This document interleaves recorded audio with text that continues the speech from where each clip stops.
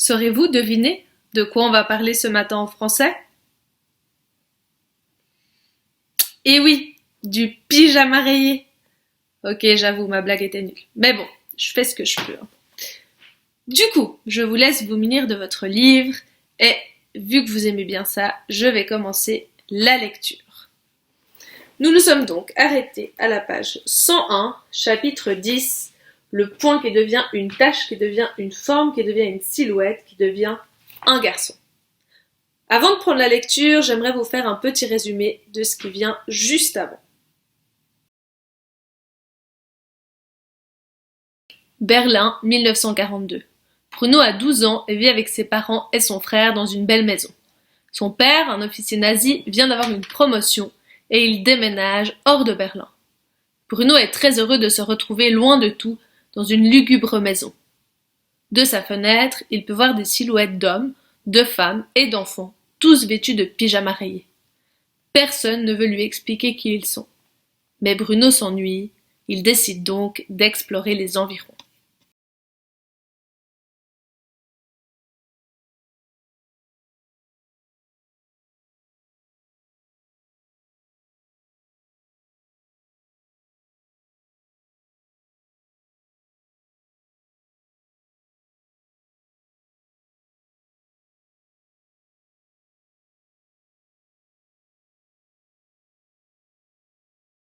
Super, on peut passer maintenant à la lecture du chapitre 10.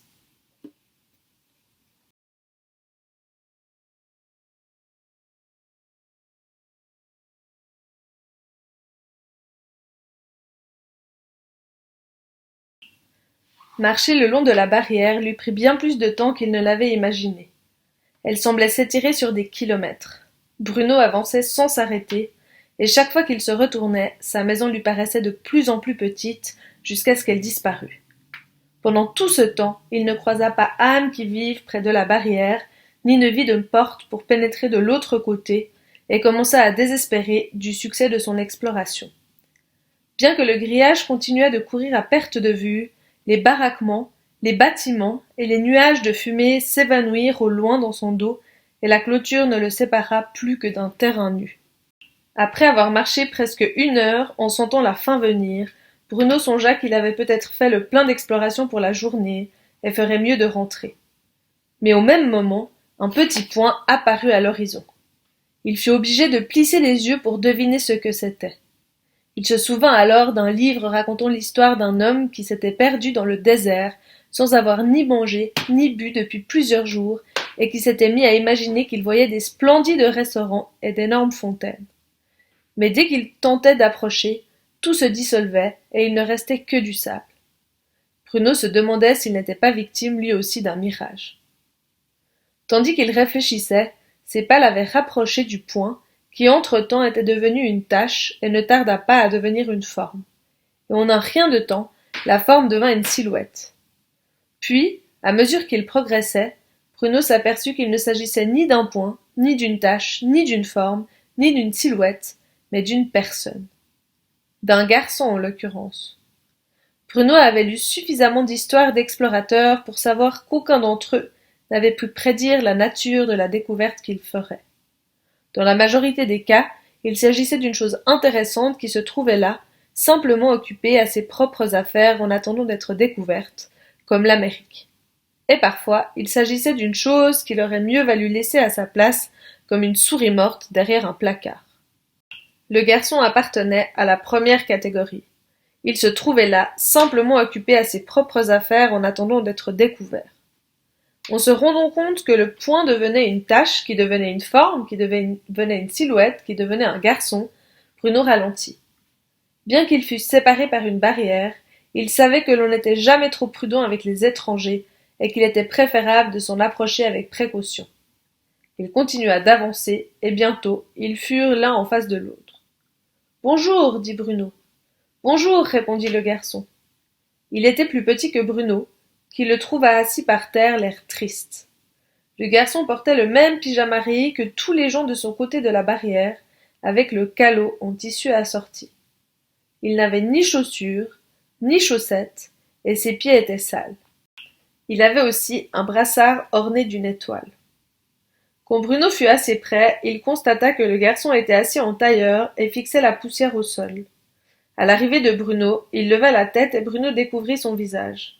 Un drôle de visage. Il avait la peau presque grise, mais d'un gris que Bruno ne connaissait pas, et de grands yeux couleur caramel, dont le blanc était très blanc. Deux immenses yeux désolés qui mangeaient son visage et fixaient Bruno. Bruno était certain de n'avoir jamais rencontré de garçon aussi maigre et aussi triste de toute sa vie, et pensa qu'il ferait mieux de lui parler. « J'explorais, lui dit-il. « Vraiment ? Répondit le garçon. « Oui, depuis presque 2 heures. » Ce n'était pas l'exacte vérité. Bruno n'avait consacré qu'un peu plus d'1 heure à son exploration, mais il jugea qu'un brin d'exagération ne pouvait nuire. Exagérer n'était pas la même chose que mentir, et lui donnait l'air plus hardi qu'il ne l'était. « Tu as découvert quelque chose ? Demanda le garçon. « Pas grand-chose. »« Rien du tout ? » ?»« Enfin si, je t'ai trouvé, dit Bruno après un temps. Il regarda le garçon et envisagea de lui demander pourquoi il était si malheureux.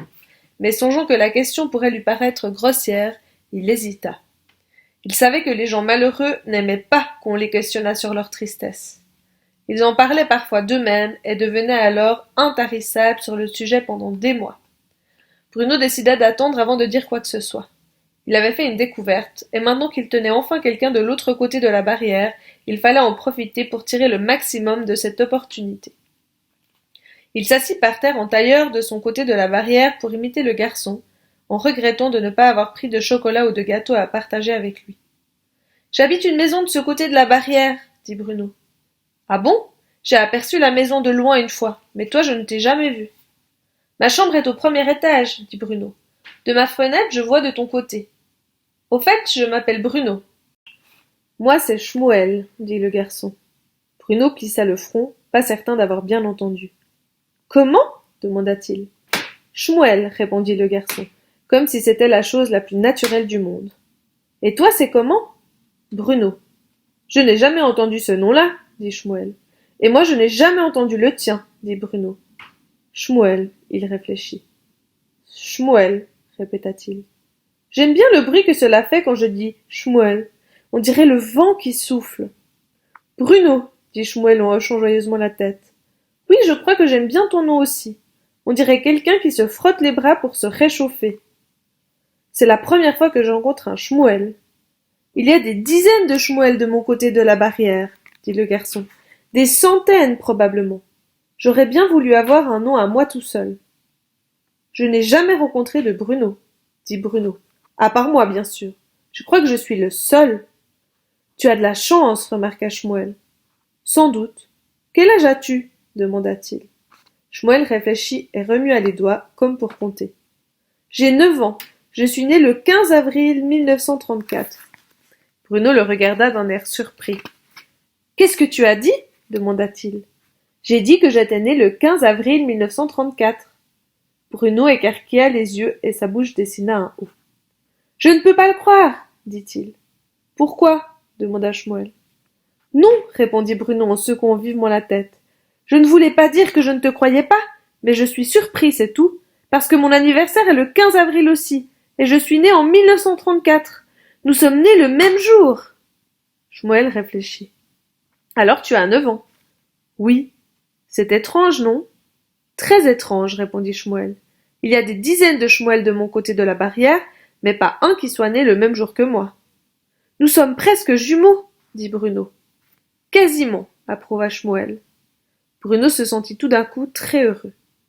Une image de Karl, Daniel et Martin, ses 3 meilleurs amis pour la vie, lui traversa l'esprit, et il se rappela qu'ils s'amusaient bien tous les 3 ensemble à Berlin, mesurant ainsi la solitude qui avait été la sienne à Auschwitz. Tu as beaucoup d'amis ? demanda Bruno en penchant la tête de côté, dans l'attente d'une réponse. Oh oui, répondit Shmuel. Enfin, en quelque sorte. Bruno se renfrogna. Il avait espéré que Shmuel lui répondrait que non, ce qui lui aurait donné un autre point commun. Des amis proches ? demanda-t-il. Non, pas vraiment, dit Shmuel. Mais nous sommes nombreux à avoir 9 ans de mon côté de la barrière. Cela dit, nous nous battons tout le temps. C'est pour cela que je viens ici. Pour être seul. C'est tellement injuste, dit Bruno. Je ne vois pas pourquoi je suis obligé de rester de mon côté où il n'y a personne à qui parler et personne avec qui s'amuser, alors que tu as plein d'amis et que tu joues probablement des heures tous les jours. Il faut que j'en parle à Père. D'où tu viens? Demanda Shmuel en plissant les yeux et en regardant Bruno avec curiosité. De Berlin. Où c'est? Bruno ouvrit la bouche pour répondre, mais s'aperçut qu'il ne savait pas vraiment. En Allemagne, évidemment, dit-il. Tu n'es pas allemand? Non, polonais, répondit Shmuel. Bruno fronça les sourcils. Alors comment se fait-il que tu m'aies parlé en allemand? Demanda-t-il. Parce que tu m'as dit bonjour en allemand, alors je t'ai répondu en allemand. Tu parles polonais? Non, dit Bruno en riant nerveusement. Je ne connais personne qui parle plusieurs langues, et encore moins parmi les garçons de notre âge. Maman est professeure dans mon école. C'est elle qui m'a enseigné l'allemand, expliqua Shmuel. Elle parle français, italien et anglais aussi. Elle est très intelligente. Je ne sais pas encore le français ni l'italien, mais elle m'a dit qu'elle m'apprendrait l'anglais un jour, parce que cela pourrait m'être utile. La Pologne, dit Bruno d'un air songeur, en soupesant le mot sur sa langue. C'est moins bien que l'Allemagne, n'est-ce pas? Shmuel se renfrogna. Pourquoi? demanda-t-il. Parce que l'Allemagne est le meilleur pays du monde, répondit Bruno qui se rappelait des bribes d'une conversation que père et grand-père avaient très souvent. Nous sommes supérieurs. Shmuel regarda Bruno sans rien dire. Ce dernier ressentit alors le besoin urgent de changer de sujet, car il avait beau avoir prononcé ces paroles, il les trouvait déplacées et n'aurait voulu pour rien au monde que Shmuel le croie méchant. De toute façon, où se trouve la Pologne? Demanda-t-il après quelques minutes de silence. En Europe, répondit Shmuel. Bruno tenta de se rappeler les pays qu'il avait appris au cours de sa dernière leçon de géographie avec monsieur Litz. Tu as déjà entendu parler du Danemark? Demanda-t-il. Non, répondit Shmuel. Je pense que la Pologne est au Danemark, dit Bruno qui s'embrouillait de plus en plus en dépit de sa volonté de paraître intelligent. Parce que c'est à des kilomètres et des kilomètres, ajouta-t-il à titre de confirmation. Shmuel regarda Bruno et ouvrit la bouche, puis la referma, 2 fois de suite, comme s'il réfléchissait soigneusement à sa réponse. Mais on est en Pologne, finit-il par dire. Vraiment? demanda Bruno. Oui, et le Danemark est assez loin de la Pologne et de l'Allemagne. Bruno se rembrunit. Il connaissait l'existence de ces pays, mais avait toujours du mal à les situer. Je suis d'accord, dit-il. Mais tout est relatif, non? Surtout la distance. Il aurait bien voulu passer à un autre sujet, parce qu'il se doutait qu'il avait tort. Il prit la résolution secrète d'être plus attentif à ses prochains cours de géographie. Je ne suis jamais allé à Berlin, dit Shmuel. Je ne pense pas avoir été en Pologne avant de venir ici, dit Bruno. Ce qui était exact, car effectivement, il n'y était jamais allé. Enfin, si nous sommes bien en Pologne, ajouta-t-il. Je te le jure, dit doucement Shmuel. Cela dit, ce n'est pas le plus joli coin. Non. C'est beaucoup plus beau chez moi. Oui, mais c'est sûrement moins agréable que Berlin, dit Bruno. Là-bas, nous avions une grande maison de 5 étages, si on comptait le sous-sol et la petite mansarde avec la fenêtre tout en haut. Et il y avait plein de rues ravissantes, et des marchands de fruits et de légumes, et beaucoup de cafés.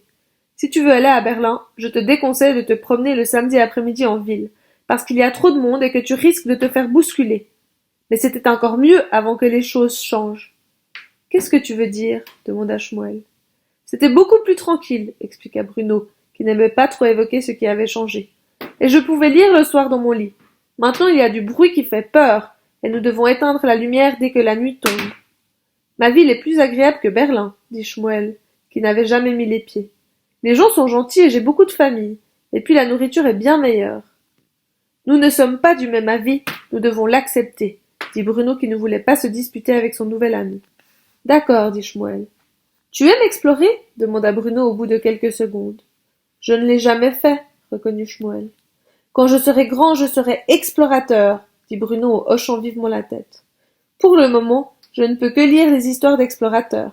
Mais au moins comme ça, quand je le serai moi-même, je ne commettrai pas les mêmes erreurs qu'eux.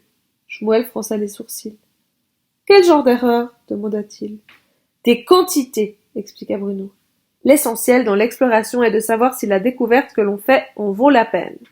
Certaines découvertes sont des choses intéressantes qui se trouvent là, simplement, occupées à leurs propres affaires en attendant notre découverte comme l'Amérique. Et parfois ce sont des choses qu'il vaudrait mieux laisser à leur place comme une souris morte derrière un placard. Je crois que j'appartiens à la première catégorie, dit Shmuel. Oui, confirma Bruno. Je crois aussi. Je peux te demander quelque chose? Ajouta-t-il après quelques secondes. Oui, dit Shmuel. Bruno réfléchit, car il voulait formuler sa question correctement. Pourquoi y a-t-il tant de gens de ton côté de la barrière? Et que faites-vous là? Maintenant, voici la suite de ton travail en individuel. Étape 1. Traduire les mots à l'aide de ton dictionnaire qui sont affichés là.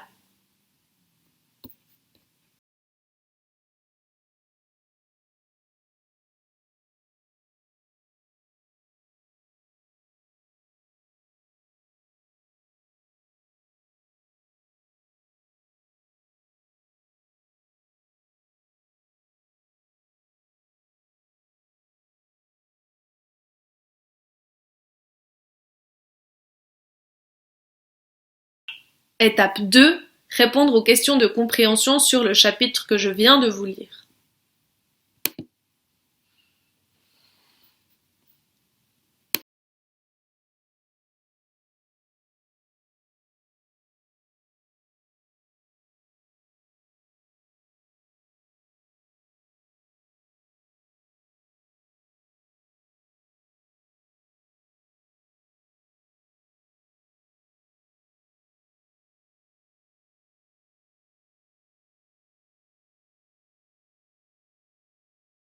Étape 3. Lire les chapitres 11, 12, 13. Pour chaque chapitre, faire un petit résumé d'une dizaine de lignes au présent. Attention, quand tu fais un résumé, ne commence pas par « il partit explorer ». Il faut qu'on sache de qui on parle, donc commence bien par le sujet. Fais des phrases courtes et contrôle ton orthographe.